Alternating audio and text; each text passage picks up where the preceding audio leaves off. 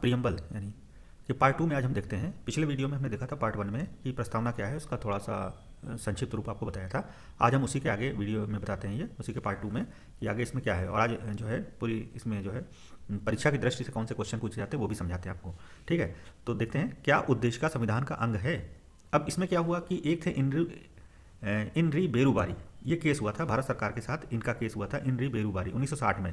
इन्होंने उच्चतम न्यायालय में एक याचिका दायर की और उसमें कहा कि जो है उद्देश्य का संविधान का प्रेरणा स्रोत भले ही हो, किंतु यह संविधान का अंग नहीं है, संविधान का अंग नहीं है। इन्होंने केस दायर कर दिया 1960 में। ठीक है, तो इसके ना अब इन्होंने कहा कि इसके ना रहने से इसके मूल उद्देश्यों में कोई अंतर नहीं पड़ता। किसने कहा? बेरुबारी ने।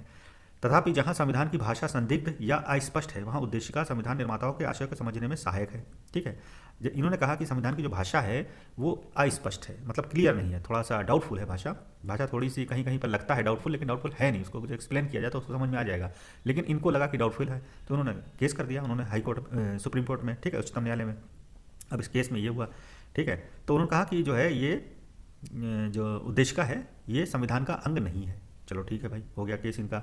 अब इन्होंने क्या कहा कि ये निर्माताओं को समझने की जो है मतलब एक कुंजी है, यानी संविधान निर्माताओं को के विचारों को जानने की कुंजी है। कभी कभी एग्जाम में पूछा जाता है कि किसने कहा है कि संविधान निर्माताओं यानी उद्देश्य का संविधान निर्माताओं के विचारों को जानने की कुंजी है, तो ये कहा था इनरू बेरुबारी ने। ठीक है, फिर आए केशवानंद भारती। केशवानंद भारती जो थे बनाम केरल राज्य, इनका केस चला 1973 में, इन्होंने केस किया। इन्होंने क्या किया कि जो बेरुबारी का जो केस था उसके उलट इन्होंने केस किया। इन्होंने क्या किया, इन्होंने क्या उद्देश्य का संविधान का एक भाग है, इन्होंने ये कहा इस उद्देश्य का संविधान का भाग है। जब कई एक पार्ट है, 22 भाग है ना संविधान में, तो उद्देश्य का भी उसका एक पार्ट है। संविधान में उसका वही स्थान है जो अन्य उपबंधों का है, यानी अन्य जितने भी उपबंध है इसमें, यानी जितने भी पार्ट है जिनका वो स्थान है वहीं उद्देश्य का भी है, यानी प्रियम्बल का। उद्देश्य में संशोधन किया जा सकता है, लेकिन मूल ढांचे को छोड़ करके, मूल ढांचे के अलावा उद्देश्य में संशोधन किया जा सकता है, ये उन्होंने कहा। संविधान के निर्वचन में उद्देश्य का बहुत बड़ा महत्व है। उद्देश्य का न्याय योग्य नहीं है, यानी ये जो है जस्टिस के योग्य नहीं है, अर्थात इसके आधार पर कोई निर्णय नहीं दिया जा सकता। ये कहा किसने? केशवानंद भारती ने। अब क्या हुआ, जब 73 में ये लाए सुप्रीम कोर्ट में ये याचिका दायर की तो इनका केस मतलब ये जीत गए। तो जैसे ये हुआ कि संविधान का एक भाग है और पूरे संविधान में ये लिखा गया है कि भाग में चेंज किया जा सकता है, भाग में परिवर्तन किया जा सकता है, संशोधन किया जा सकता है अनुच्छेद 368 के तहत। ठीक है, या जो मामूली संशोधन होते हैं, नॉर्मल वाले होते हैं, वैसे भी किया जा सकते हैं। ठीक है, लेकिन स्पेशल भी संशोधन में हम आपको बताएंगे डिटेल में कि किस किस तरह के संशोधन होते हैं, कैसे कैसे किया जा सकता है। तो जब देखा संशोधन हो सकता है तो 1976 में इंदिरा गांधी की छवि खराब हो रही थी, इमरजेंसी वगैरह लागू करने वाली थी ये। ठीक है, ये काफ़ी इनकी एक्सट्रीम हो गई थी, बहुत ज़्यादा ये नेता जो थी कट्टर नेता हो गई थी। तो इन्होंने अपनी छवि को सुधारने के लिए क्या किया कि इसमें परिवर्तन कर दिया उद्देश्य में, क्योंकि कहा गया था उद्देश्य का संविधान का भाग है तो इसमें परिवर्तन हो सकता है, इनका जो भाग है तो परिवर्तन हो सकता है, तो इन्होंने परिवर्तन कर दिया।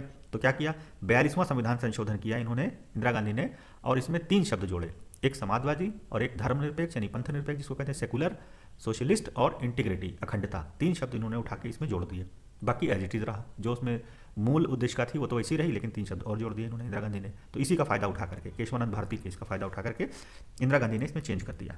उसके बाद कोई चेंज नहीं हुआ, केवल एक ही बार इसमें उद्देश्य में चेंज हुआ है, परिवर्तन हुआ है। ठीक है, फिर क्या हुआ, जस्टिस रामास्वामी आए 1993 में, एसआर बोम्मई का बात था, तो रामास्वामी ने एक निर्णय दिया, इसमें क्या दिया कि प्रस्तावना जो है संविधान का अभिन्न अंग है। अब प्रस्तावना जो संविधान का अंग है, इन्होंने फिर वही बेरुबारी वाला केस कर दिया। अंग उन्होंने कहा था अंग नहीं है, तो इनका अंग है।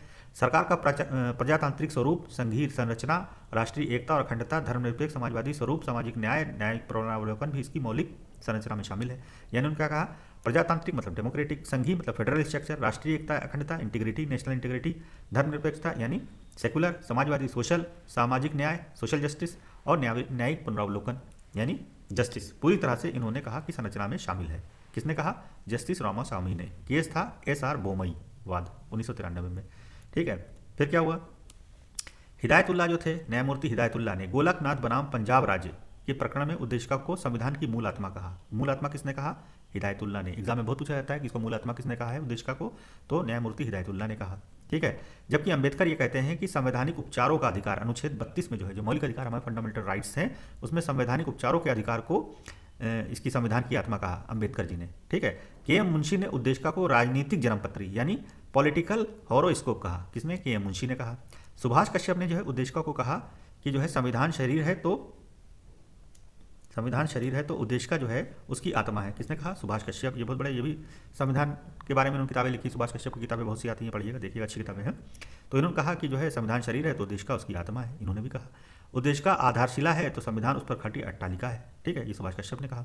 तो उद्देश्य का के बारे में निम्न लोगों ने ये कहा है। ठीक है, अब हम आ जाते हैं इस चैप्टर से यानी उद्देशिका से, प्रस्तावना से जो परीक्षा की दृष्टि से मेन पॉइंट्स हैं, कौन कौन से पूछे जाते हैं एग्जाम में, तो उस पर हम जरा डिस्कस करते हैं। ठीक है, तो देखिए यहाँ पर पहला पॉइंट है, मूल उद्देशिका में भारत को कैसा राज्य बनाने का संकल्प लिया गया था, तो संपूर्ण प्रभुत्व संपन्न लोकतांत्रिक गणराज्य। ये केवल 3 शब्द रखे गए थे। 2 शब्द जो है इसमें सेकुलर यानी धर्मनिरपेक्ष और आपका जो है समाजवाद, सोशल, ये 2 बाद में जोड़े, इंदिरा गांधी ने जोड़ा 42वें संविधान संशोधन में, बल्कि 3 जोड़े थे उन्होंने, समाजवादी, पंथनिरपेक्ष और अखंडता शब्द जोड़ा 42वें संविधान संशोधन में, इंदिरा गांधी ने जोड़ा था। ठीक है, 1976 में एग्जाम में बहुत पूछा जाता है क्वेश्चन। किस बात में यह कहा गया कि संविधान के उद्देश्य का उसका अंग नहीं है, तो बेरोजगारी केस में कहा गया। संविधान निर्माताओं के विचारों को जानने की कुंजी कहा गया किसे, उद्देशिका को कहा गया। किस मामले में कहा गया कि प्रस्तावना संविधान का भाग है, केशवानंद भारती बनाम केरल राज्य में कहा गया। किस बात में संविधान की उद्देशिका में संशोधन का प्रावधान किया गया, केशवानंद भारती में कहा गया।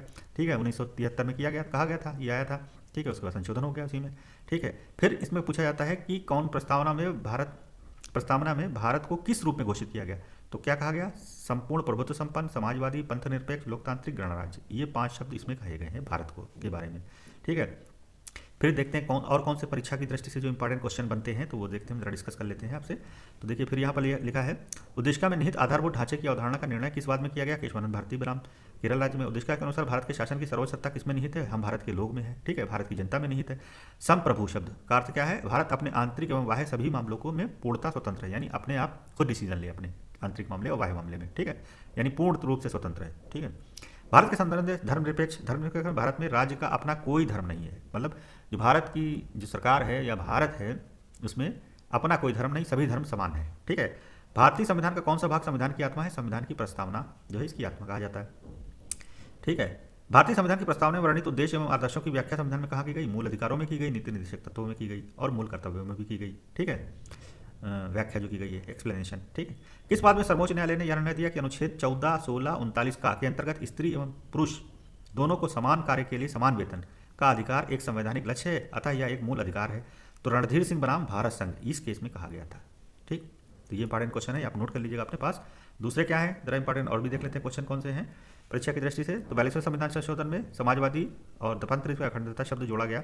ठीक है, आधारभूत, अच्छा, इस आधार पर न्यायालय में चुनौती दी जा सकती है कि वह उद्देशिका में निहित किसी आधारभूत ढांचे को नष्ट करता है। ठीक, जब तक केशवानंद भारती बनाम केस नहीं आया था तब तक ये था, लेकिन उसके बाद हट गया था। ठीक है, व्यक्ति की गरिमा और राष्ट्रीय एकता अखंडता सुनिश्चित करना भारतीय संविधान की प्रस्तावना के अंतर्गत एक संकल्प है। ठीक है, क्वेश्चन पूछा गया था यूपी पीसीएस में, लोअर पीसीएस में भी पूछा गया है। ठीक, उसके बाद आते हैं कि विश्व की बहुत सी क्रांतियां हुई, उसका भी असर हमारे भारत के संविधान पर पड़ा, मतलब भारत के संविधान में देखने को मिलता है। विश्व की कई एक क्रांतियां हुई। ठीक है, तो पहली जो क्रांति हुई थी आपकी इंग्लैंड की क्रांति, 1688 में जो इंग्लैंड की क्रांति हुई थी, गौरवपूर्ण क्रांति बोली जाती है, इंग्लैंड में हुई थी गौरवपूर्ण क्रांति। इसमें क्या हुआ था कि रक्तपात वगैरह कुछ नहीं हुआ, क्रांति हुई थी। या युद्ध के लिए इंग्लैंड के राजनीतिक जीवन में बहुत बड़ा परिवर्तन हुआ। ठीक है, बिना किसी मतलब खून खराबे के ये क्रांति हुई थी और इंग्लैंड के राजनीतिक जीवन में बहुत बड़ा असर लाई है। ठीक है, इस क्रांति के बाद इंग्लैंड से निरंकुश जो राजतंत्री शासन हमेशा के लिए खत्म हो गया। ठीक है, उसके स्थान पर देश का शासन संसद के हाथों में आ गया 1688 क्रांति के बाद इंग्लैंड में।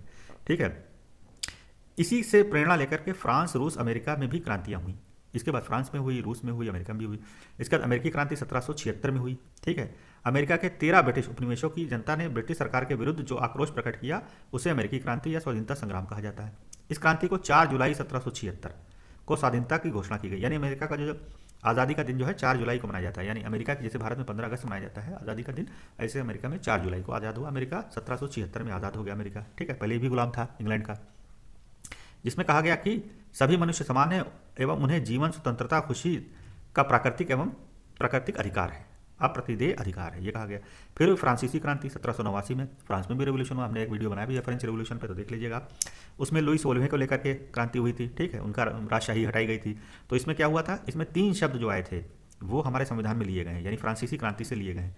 1789 में हुई थी फ्रांसीसी क्रांति। याद करने का जो आसान तरीका है 1, 7, 8, 9। ठीक है, तो इसमें 3 शब्द जो हमारे प्रस्तावना में भी रखे हैं, स्वतंत्रता, समानता, विश्व बंधुत्व, यानी स्वतंत्रता, लिबर्टी, इक्वालिटी और फ्रेटर्निटी, ये तीनों शब्द जो है फ्रांसीसी क्रांति से आए हैं हमारे, जो उद्देशिका में रखे गए। ठीक है, और 22 सितंबर को ये भी गणतंत्र बन गया। कौन, फ्रांस। 22 सितंबर 1792 को गणतंत्र हो गया।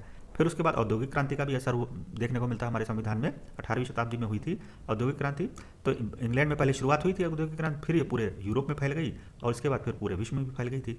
तो इसका भी काफ़ी प्रभाव देखने को मिलता है हमारे संविधान पर। ठीक है, अब हम अच्छा, कुछ और भी है, ये भी इंपॉर्टेंट है परीक्षा की दृष्टि से, ये भी देख लीजिए। ठीक है, विश्व का प्रथम पंथ निरपेक्ष राष्ट्र कौन है? संयुक्त राज्य अमेरिका, यूएसए है। किसका कथन है संविधान शरीर है, प्रस्तावना उसकी आत्मा है? तो सुभाष कश्यप, व्यू पर हमने बताइए आपका। राष्ट्र के सबसे महत्वपूर्ण तत्व क्या है? संप्रभुता। प्रस्तावना समाजवादी तंत्र से कब जुड़ा? 42वें संविधान संशोधन में जोड़ा गया। संविधान की उद्देशिका में अब तक कितनी बार संशोधन हो चुका है? तो केवल एक ही बार हुआ था, 1976 में इंदिरा गांधी ने किया था, 42वां। भारत का एक संपूर्ण प्रभुत्व संपन्न लोकतांत्रिक गणराज्य बना 26 जनवरी 1950 को बना। भारत एक गणतंत्र है, इसका अर्थ क्या है? भारत का राष्ट्राध्यक्ष जो वंशानुगत ना होकर निर्वाचित होगा, इसका मतलब ये है। भारतीय संविधान कब अंगीकृत अधिनियमित किया गया? 26 नवंबर 1949 को, जो कि उद्देशिका में लिखी है प्रस्तावना में। ठीक है, भारतीय संविधान किसके द्वारा अंगीकृत किया गया था? भारतीय जनता के द्वारा किया गया था, संविधान सभा के माध्यम से किया गया था। ठीक है, संविधान की प्रस्तावना अपने नागरिकों को कौन कौन से न्याय सुनिश्चित करती है? तो सामाजिक, आर्थिक और राजनीतिक न्याय देती है। ठीक है, जनता को। प्रस्तावना नागरिकों को कौन कौन सी स्वतंत्रता सुनिश्चित करती है? विचार की, अभिव्यक्ति की यानी मत व्यक्त प्रकट करने की, विश्वास की, फेद की, धर्म की, उपासना की। ठीक है, यानी वर्शिप की, अपना धर्म बना सकते हैं। ठीक है, किस वाद में पंथ निरपेक्षता को संविधान का आधारभूत ढांचा घोषित किया गया है? तो एसआर बोम्मई बना भारत संघ में। ठीक है, भारत में संप्रभु कौन है? हम भारत के लोग। तो ये आपके इंपॉर्टेंट पॉइंट्स थे प्रस्तावना को लेकर, जो कि एग्जाम में पूछे जाते हैं खासकर, ये हमने आपको करा दिया। नेक्स्ट वीडियो में यानी इसके तीसरे पार्ट में हम आपको एमसीक्यू कराएंगे, इसके ऊपर आधारित एमसीक्यू कराएंगे, वो भी बहुत इंपॉर्टेंट है, जो एग्जाम में पूछे जाते हैं। तो नेक्स्ट वीडियो में देखिएगा आप ये।